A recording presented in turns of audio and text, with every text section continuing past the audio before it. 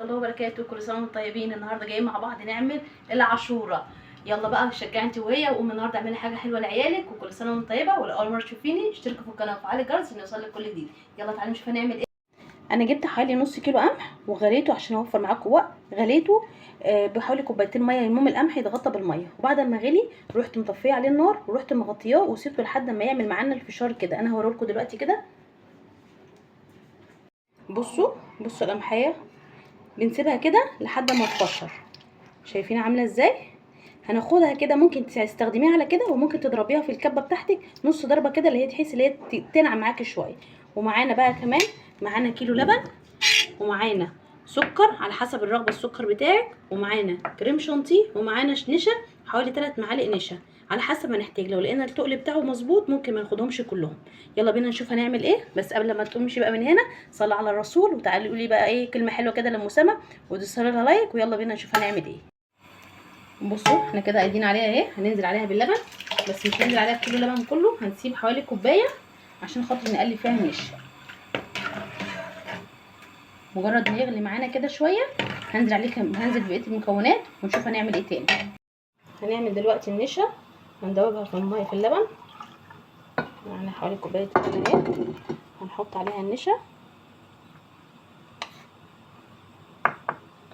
ونقلبها.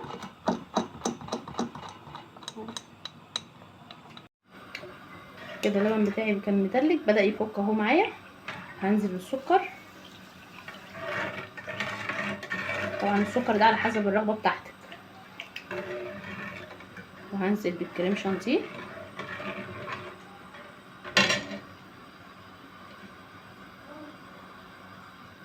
وهنقلبه.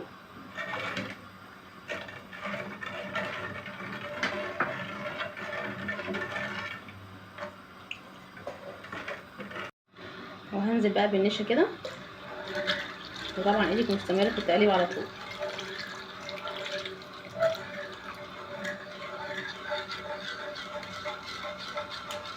احنا كده حطينا النشا وهنقلب بقى فيها كده لحد ما تتقل، ونستناها لحد ما تتقل واحده واحده كده ونشوف هتعمل ايه تاني.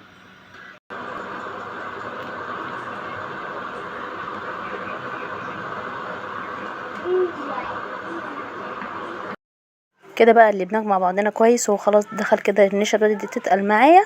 هروح نازله عليه بمعلقه فانيليا وهنقلبها هي كمان. دي فانيليا خام بتيجي من عند العطار او فانيليا سايبه اللي انت حباها متوفره عندك بقى.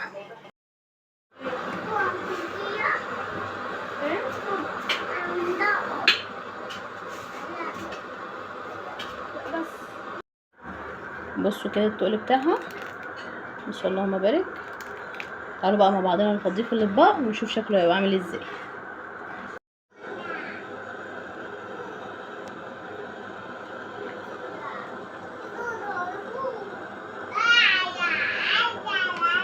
وده كده الشكل النهائي بتاعنا بتاع العاشوره. وكل سنه وانتم طيبين. ما تنسوش بقى تقولوا لي في الكومنتات عملتوا النهارده انتوا كمان عاشوره لاولادكم ولا عديتوا اليوم كده وخلاص. انا بصراحه ربنا ماما اللي مشجعاني ان انا اعمل النهارده العاشوره. بصوا اللهم بارك. انا عايزه اقول لكم يا جماعه طعمها حكايه. بصوا جميله من حلاوتها ما قدرتش استنى.